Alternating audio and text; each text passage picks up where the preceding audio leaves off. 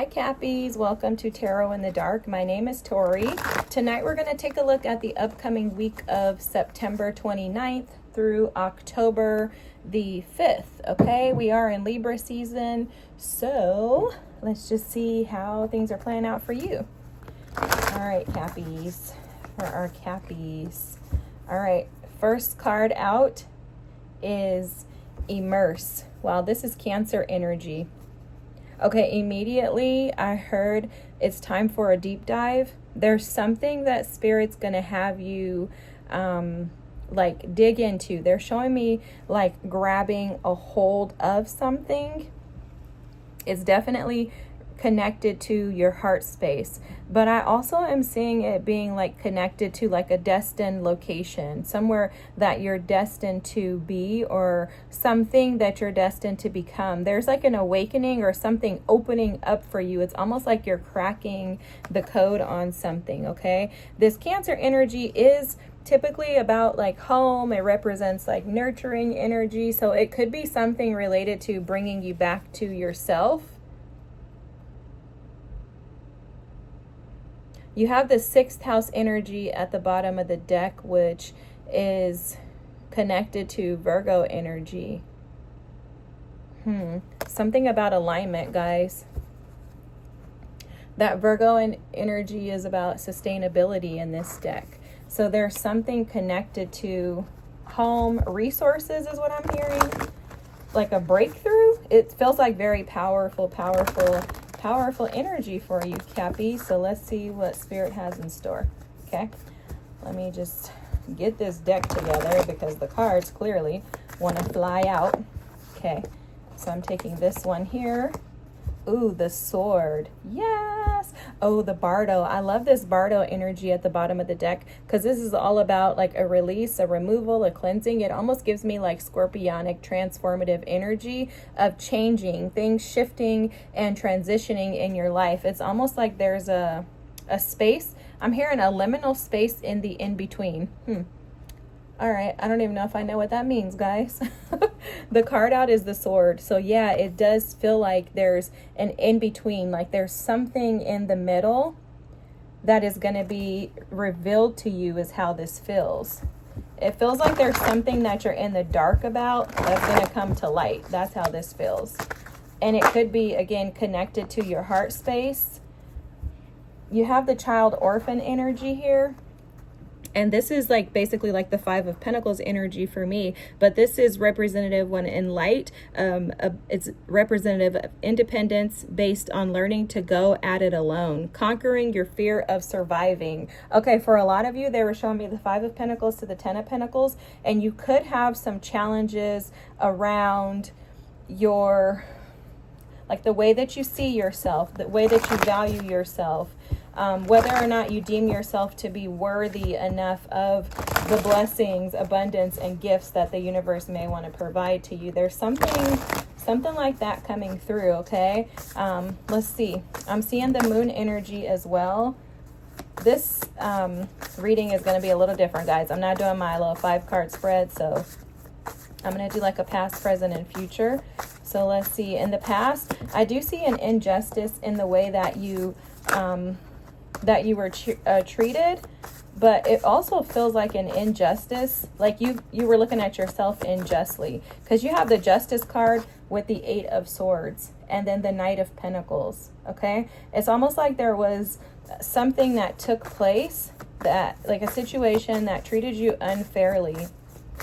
And okay, let me just get the cards out, then I'll show you how they're showing this to me. It's an injustice in your love life for sure, because the Lovers came out underneath the Justice card. Then you have the 9 of Wands, the 10 of Wands, the 8 of Pentacles is here with the 2 of Swords. And then the Death card with the 10 of Pentacles. I knew I felt this energy, y'all. The 10 or the King of Cups is at the bottom of the deck, and I don't know if you guys could see that 3 of Swords that was trying to peek through, but I'm going to leave it right here because I feel like this is very important and pertinent for your reading. The King of Cups was at the bottom of the deck when I split the deck, or trying to peep through the deck was the 3 of Swords. And I want to just keep this on my radar. I love this though. This energy is amazing, guys. So this week, it's almost like you're getting a glimpse in the rear view. It's almost like Spirit is showing you the past energy in order to bring you forward.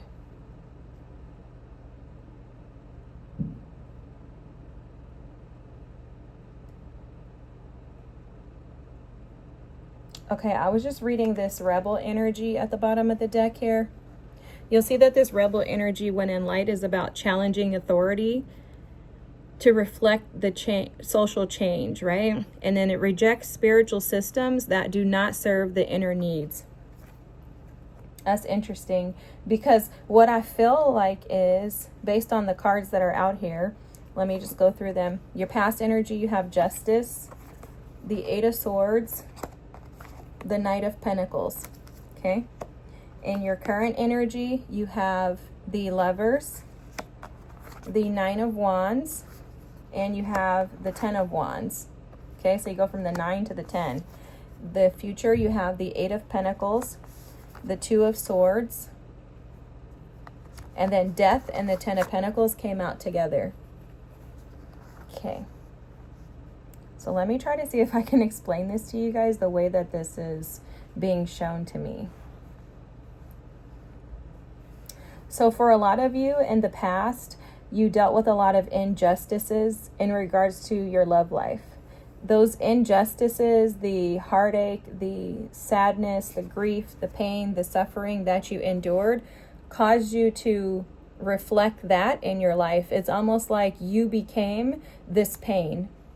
And with that, it caused you to look at yourselves in the mirror as the reflection through the lens of this pain. So it's almost as if you internalize the pain, you internalize the things that were done to you as if they were yours.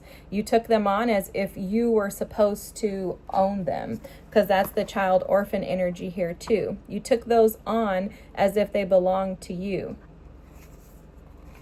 You slowly but surely have attempted to walk away from this Eight of Swords and unjust energy that was in your way. Okay, that's the best way to say it. That energy was in your way. Currently, you're showing up with the Lovers, the 9 of Wands, and the 10 of Wands. This is showing me that you're making decisions when it comes to love that put you first. So you're no longer allowing yourself to be codependent, vulnerable. You're not allowing yourself to be put on the back burner for someone else. With the 9 of Wands, the 10 of Wands, the Lovers, this is showing clearly that you're choosing yourself over love relationships and partnerships in general. It doesn't mean that you're not in a relationship. It just means that you're not allowing yourself and your emotional needs, with this King of Cups here at the bottom of the deck, to be put on the back burner. Because look, you have, wow, you have the Queen of Swords, and then you have the Queen of Cups. So it's almost like you're making a choice to use your heart and your mind. You're not allowing your heart to cloud the space that it used to when it came to love relationships. So in the past, I am picking up on an energy of someone who definitely chose others over themselves when in relationships. And it's like you're deciding that that's not going to work for you anymore. With the Cancer energy and immerse, it's almost as if you're immersing yourself in, I'm hearing like a dousing yourself in love. And that's that Bardo energy too. This is like transforming. You're transforming the way, this is essentially like the Death card. So it's like you're transforming the way that you do love. With the Eight of Pentacles, there's so much coming through, so I'm trying to figure out how to break this down. The Eight of Pentacles in your current energy is showing that you are no longer accepting imbalanced, non-reciprocal love. So you're like, I'll be single, I'll be by myself, I'm perfectly fine. Like, you're able to clearly delineate with this sword energy right from wrong, light from dark. And it's almost as if like your love life in the past had been this dark space here, and you've transitioned over to, I'm only going to embrace and accept opportunities that allow clarity and color in my life. So for some of you, you could have felt like your life was absent of color. due to relationships, your love life, almost like you were sitting in this darkness and this abyss awaiting something to transform and change. And right now, in the space that you're currently in, this Two of Swords energy is showing that you don't see exactly what's coming your way in the near future. You're not aware that you putting in the work, going in like yourself, doing the work. This is definitely like spiritual practices, focusing on your goals, focusing on the bigger picture, not allowing yourself to be abandoned. Like, this is self-care. This is putting time and energy into the things that you desire in life, sitting with your emotions. For a lot of you, I'm seeing you immerse yourself in things that you enjoy. And I do believe very strongly, based on this energy, that you're immersing yourself. You have been immersing yourself in your feelings, emotions, trying to face them head on. With the Death card showing up here, it's almost as if you've allowed yourself to step into the unknown within without fear.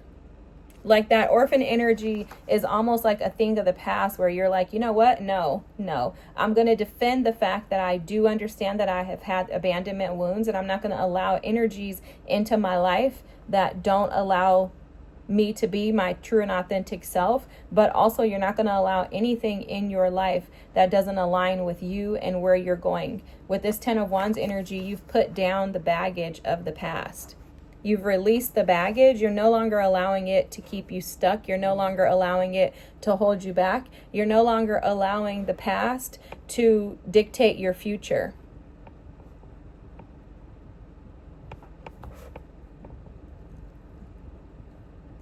I'm just writing this down, guys.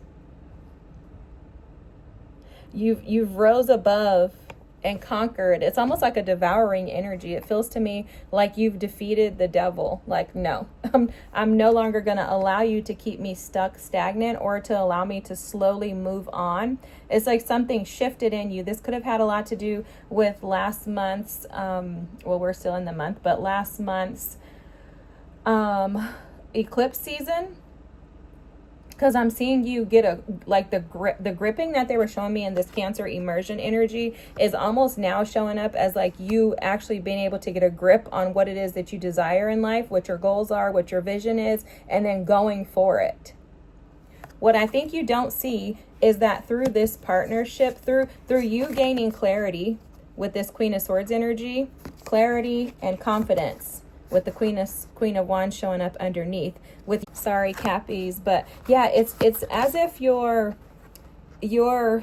energy, as far as your confidence and your ability to see clearly who you are, which that comes across with both of these energies. What you're probably unaware of with this Two of Swords is that this energy is going to bring you in this divine counterpart that's going to align with you.